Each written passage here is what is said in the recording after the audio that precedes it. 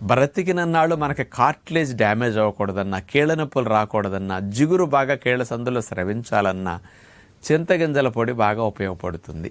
మరి అలాంటి చింతగింజల పొడిని ఎలా వాడుకోవాలంటే, సీజనల్గా మనకి చింతకాయలు లభించినప్పుడు ఆ చింతకాయలు కొనుక్కుని పైనుండే చింతపండు మనం తీసి పెట్టుకుని లోపల గింజలన్నిటినీ ఎండపెట్టుకోవచ్చు.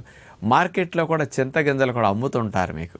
అలాంటి చింతగింజలు తెచ్చుకుని ఎండపెట్టేసి మెత్తగా పొడి చేసేసుకోండి.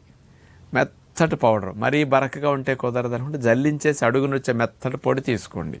దీన్ని 1 స్పూన్ ఉదయం కాస్త కప్పు వేడి నీళ్ళలో వేసి మరిగించుకుని ఆ కప్పు చింతగింజల పొడి నీటిని అట్లా త్రాగేసేసేయండి.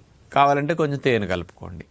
సాయంకాలం 1 స్పూన్ చింతగింజల పొడిని మళ్ళీ ఇట్లా మరిగించి నీళ్ళలో వేసుకుని కలుపుకుని త్రాగేసేయచ్చు. ఇట్లా 2 పూట్ల 2 స్పూన్ల చింతగింజల పొడి వాడి